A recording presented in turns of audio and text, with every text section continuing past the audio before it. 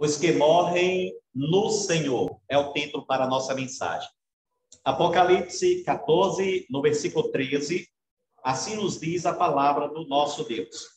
Então ouvi uma voz do céu dizendo: escreve, bem-aventurados os mortos que desde agora morrem no Senhor. Sim, diz o Espírito, para que descansem das suas fadigas, pois as suas obras os acompanham. Oremos. Senhor Deus e nosso Pai, obrigado pela tua palavra. Fala conosco nesta noite, fala ao nosso coração, Senhor, em nome de Jesus. Amém. Podeis assentar, meus irmãos. Os que morrem no Senhor. A última mensagem de Apocalipse que nós estudamos aqui, meus irmãos, nós estudamos, baseada em Apocalipse 14, de 9 a 12, foi o destino final dos seguidores do anticristo e o destino final dos seguidores de Cristo. Aí nós falamos primeiro sobre o destino final dos seguidores do anticristo. E de acordo com a Bíblia, as Escrituras Sagradas, o destino final dos seguidores do anticristo é o tormento eterno. E isso porque adoraram a besta, porque receberam a marca da besta, então beberão do cálice da ira de Deus. Tudo isso está em Apocalipse, no texto que nós estudamos. E nós vimos sobre o destino final dos seguidores de Cristo.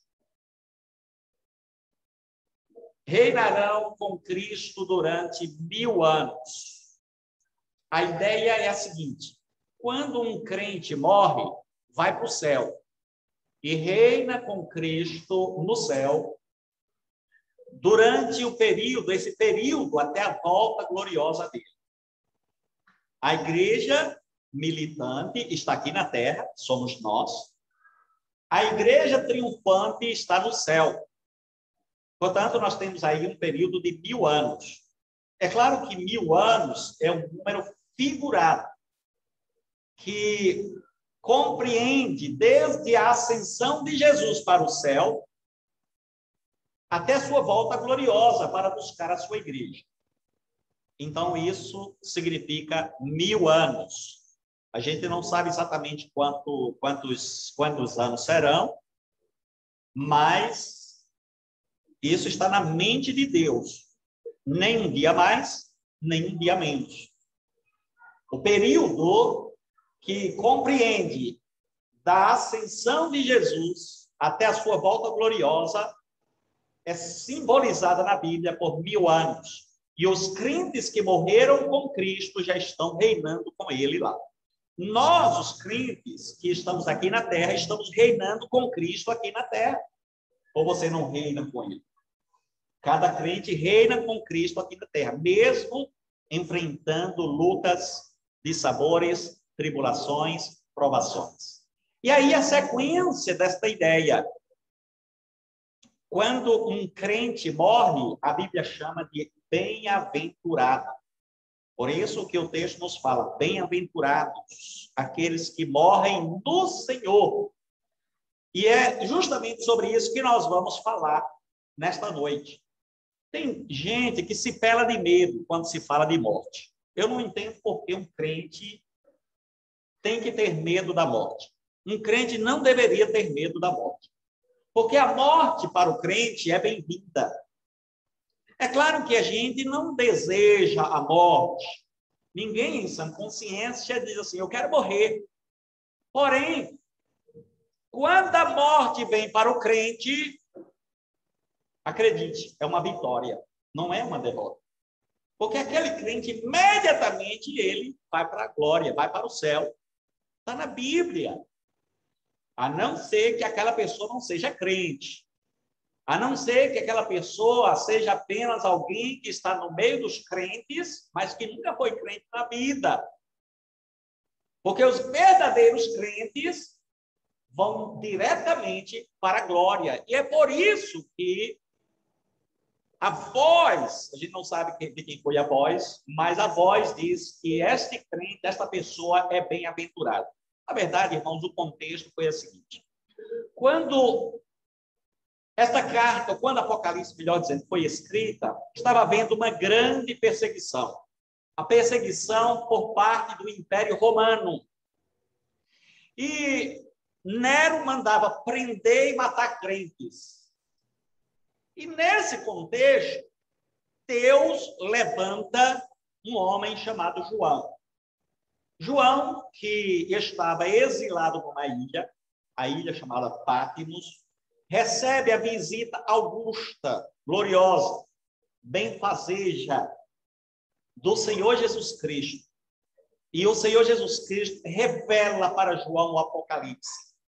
Então, foi neste contexto de perseguição. Veja, João estava preso, era um prisioneiro, estava em prisão de segurança máxima ali na ilha de Patmos. Porém, o imperador não conseguiu impedir que ele, João, que estava preso, recebesse a revelação de Deus. E João pega e escreve. Você vai encontrar várias passagens, escreve. João vai e escreve essa revelação. Apocalipse, se você ler, vai perceber que está escrito em código. Ou seja, as pessoas leem e não entendem nada, a não ser aqueles que têm o Espírito de Deus. Porque se de repente os perseguidores de João encontrasse alguém transportando uma daquelas cartas ou um daqueles rolos, né, que era escrito em rolo, encontrasse aquele pergaminho e lesse, ele não iria entender nada. Mas a igreja a qual foi destinada compreenderia. E aí aqueles irmãos receberam o Apocalipse e começaram a ler e ficaram regozijados, maravilhados, confortados.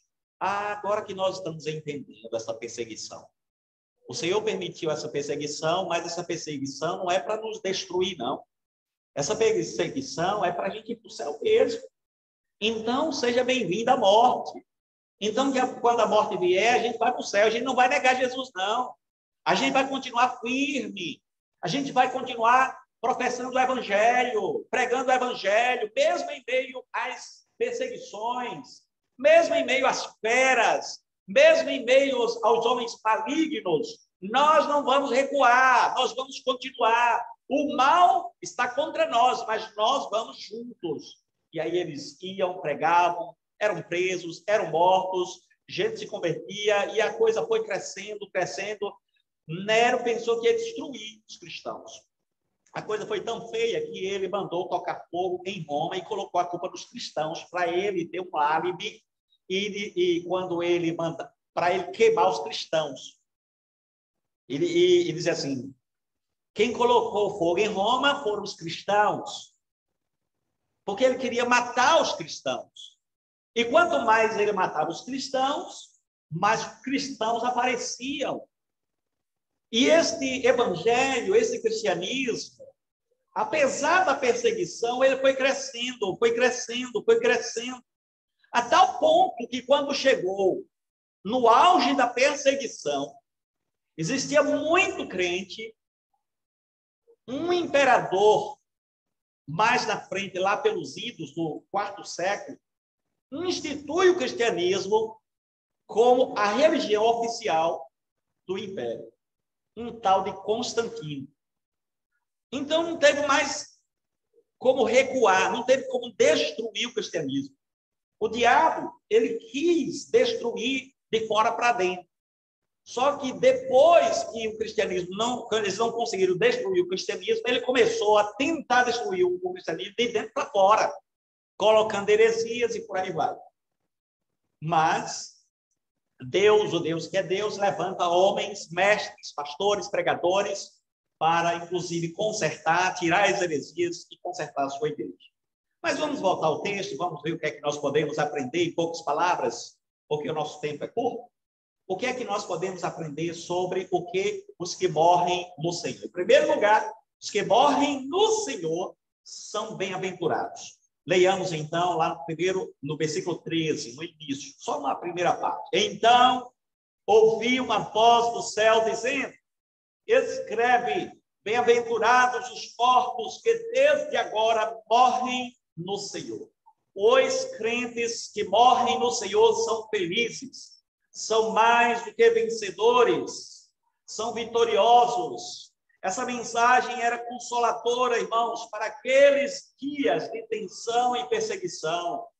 E aí, o imperador, ele tenta, por todos os meios, destruir os cristãos, mas quando ele conseguia matar um cristão, era vitória, porque aquele cristão ia direto para o céu.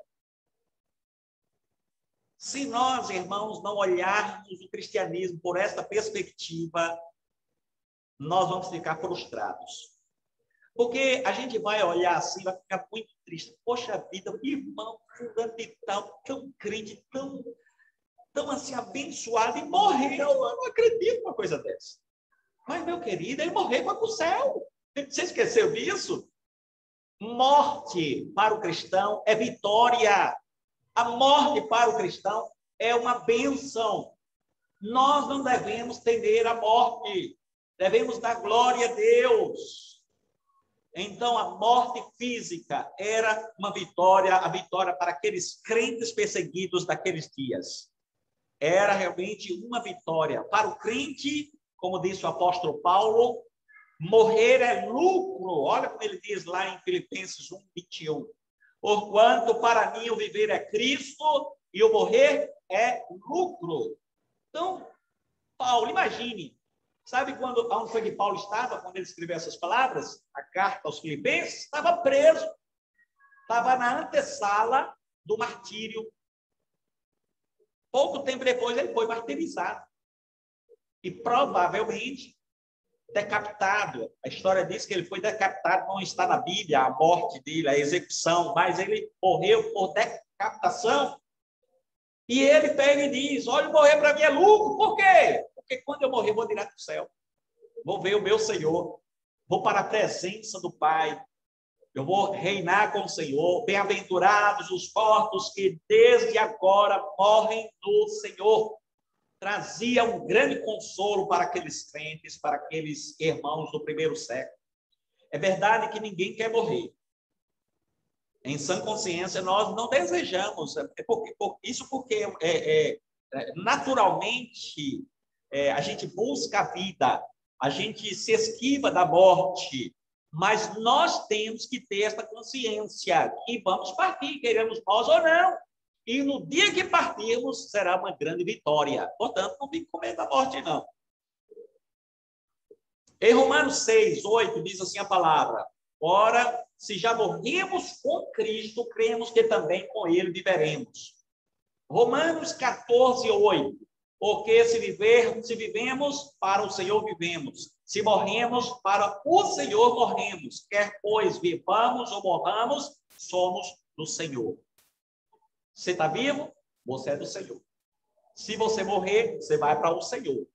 Glória a Deus por isso. Segundo lugar, os que morrem no Senhor descansam de suas fadigas. Pode pôr o texto, por gentileza, versículo 13 ainda, a segunda parte do versículo 13.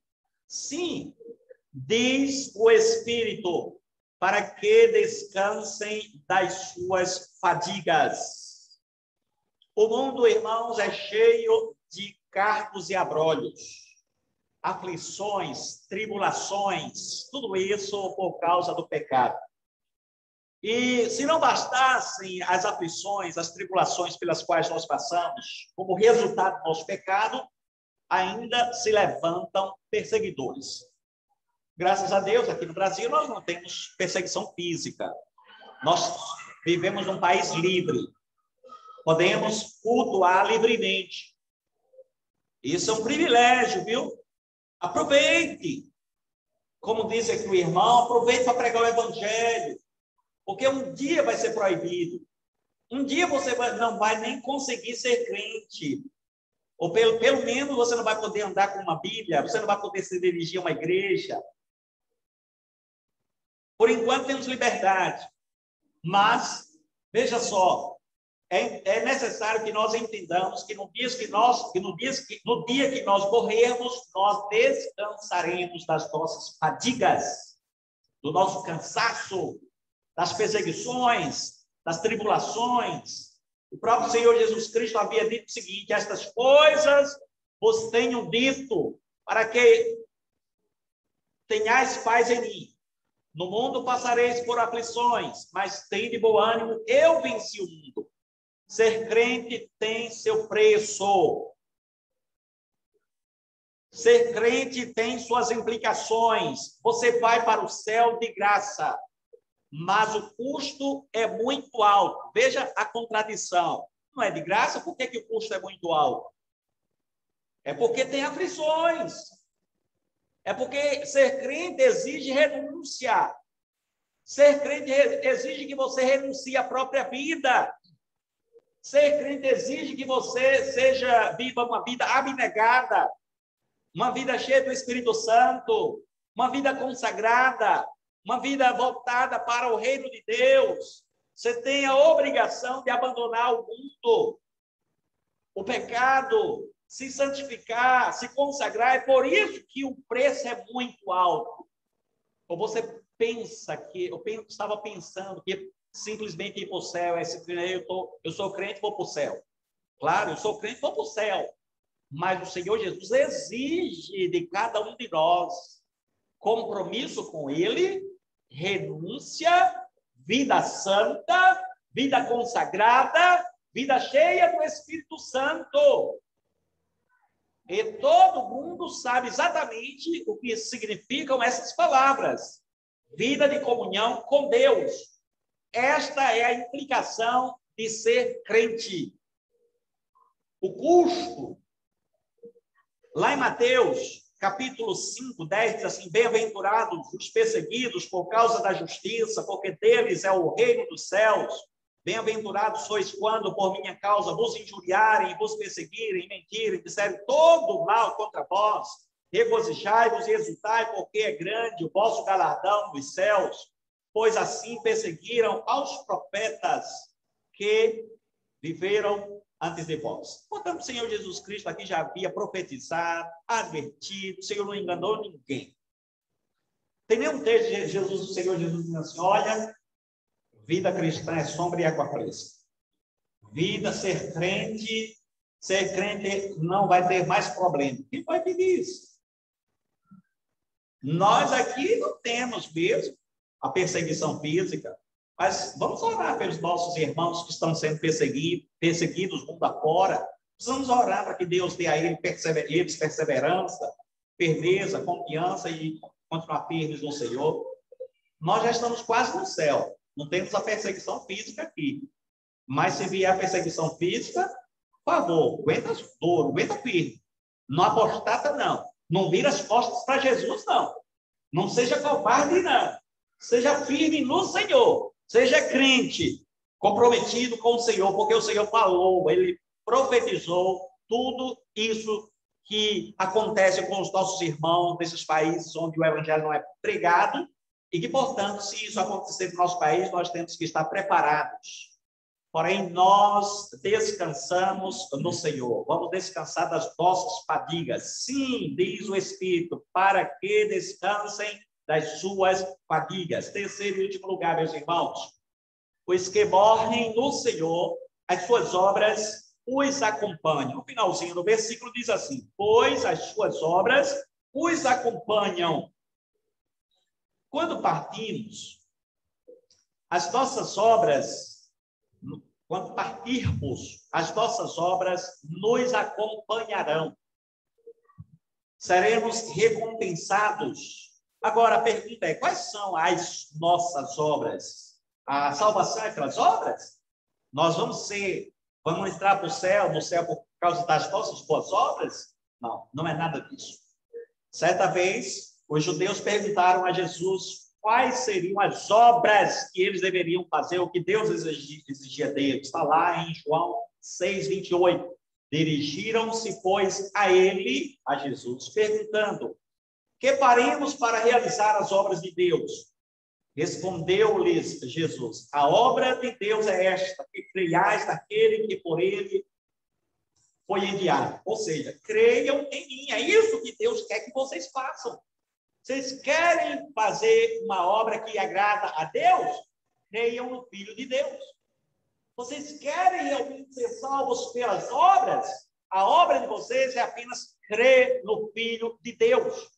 Quando nós cremos no Filho de Deus como Senhor e Salvador da nossa vida, é a maior obra que nós podemos fazer e a maior e melhor coisa que nós podemos agradar a Deus, fazer para agradar a Deus. Portanto, Jesus exige confiança nele, fé nele. A nossa obra é obedecer a Cristo. A nossa obra é amar a Cristo, é servir a Cristo, é viver para a glória de Cristo, para a glória de Deus, de todo o nosso coração. Então, nós aprendemos aqui hoje, em poucas palavras, os que morrem no Senhor são felizes, descansam das suas fadigas, as suas obras acompanham. Porque nós aprendemos aqui, glória a Deus pela sua palavra, louvado seja o nome do Senhor. Vamos orar? Senhor, obrigado pela tua palavra, muitíssimo obrigado. Pedimos que o Senhor aplique em nosso coração. Queremos pedir que renoves as nossas forças e nos prepare, Senhor, para a tua volta gloriosa. Senhor, se nós não partirmos desta vida, por enquanto, certamente o Senhor voltará a qualquer momento para nos buscar. Prepara o nosso coração, Senhor, até mesmo para as lutas, para as provações, para as dificuldades. Nos prepara. Ó Deus, nós queremos te agradecer pelo teu amor, pela tua misericórdia, pela tua graça infinita, pelo teu perdão, pela tua salvação, Senhor. Que cada pessoa aqui, que cada irmão, que cada irmã tenha absoluta certeza da sua salvação, convicção de que quando o Senhor voltar, ele subirá, de que a qualquer momento, se partirmos desta vida, vamos direto para o seio de Abraão, para a tua presença. Louvado seja o teu nome. Nós oramos, Senhor, em nome de Jesus, o nosso Salvador. Amém.